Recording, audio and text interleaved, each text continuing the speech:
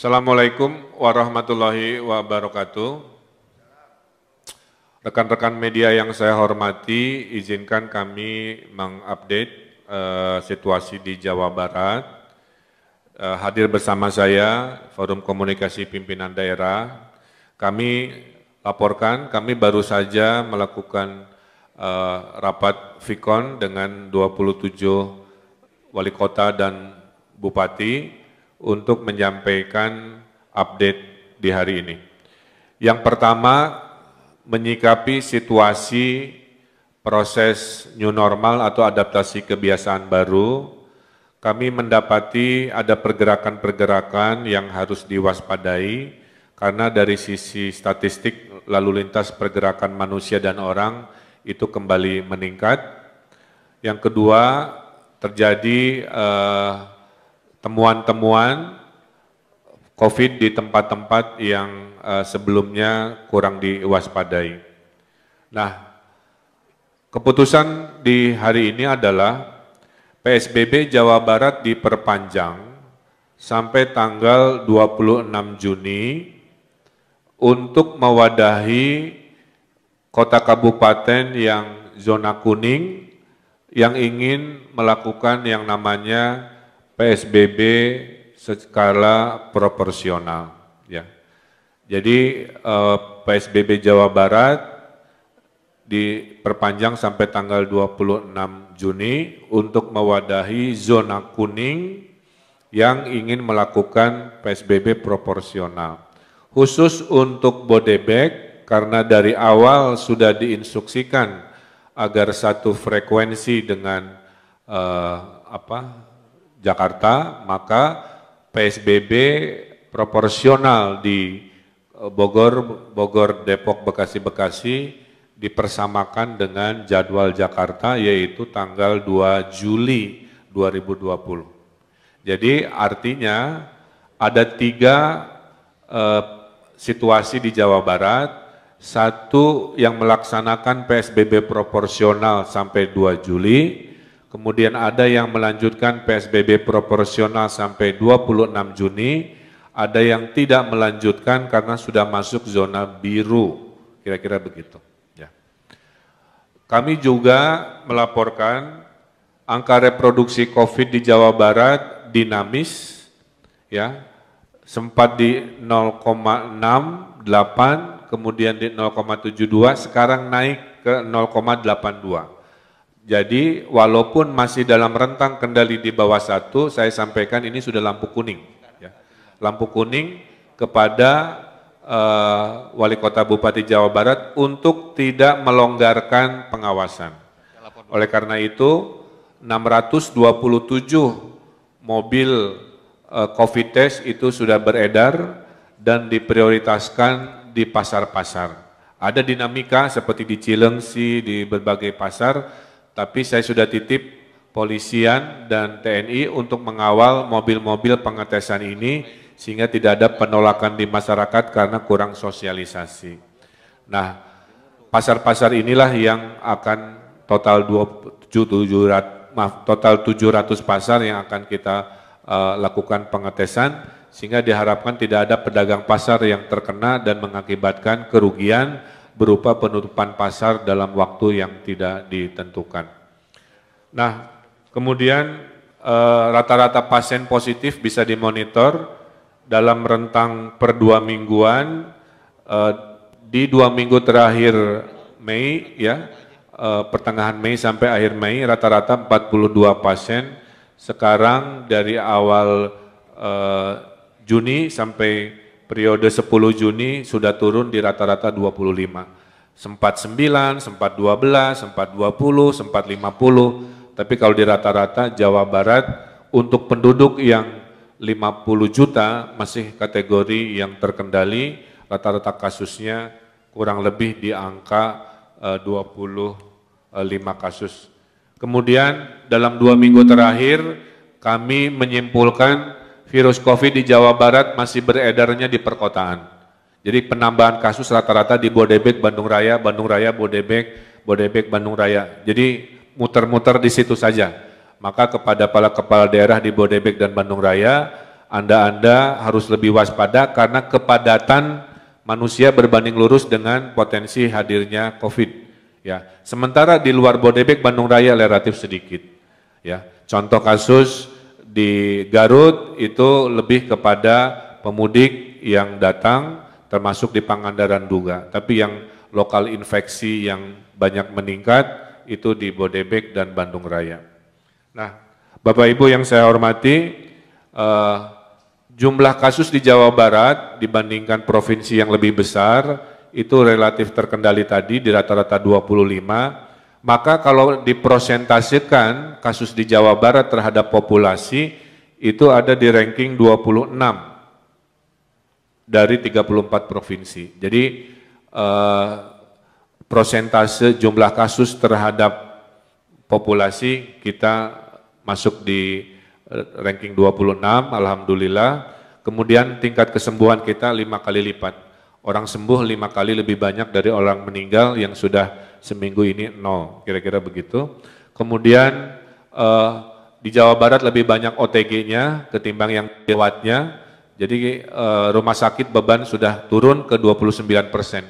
Jadi para dokter tenaga kesehatan di Jawa Barat sudah lebih leluasa dan saya ucapkan terima kasih atas kerja kerasnya.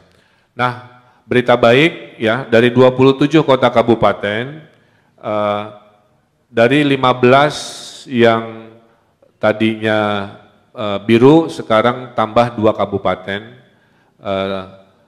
menjadi 17, kemudian yang kuning tadinya 12 turun jadi 10. Jadi dulu komposisinya birunya 15 ya, kemudian kuningnya, zona kuningnya ada 12. Sekarang zona birunya 17, zona kuningnya turun menjadi 10. Nah, mudah-mudahan di 2 minggu lagi ada yang masuk ke zona hijau, karena banyak yang di zona biru di Jawa Barat ini angkanya sudah mendekati angka indeks ke zona hijau.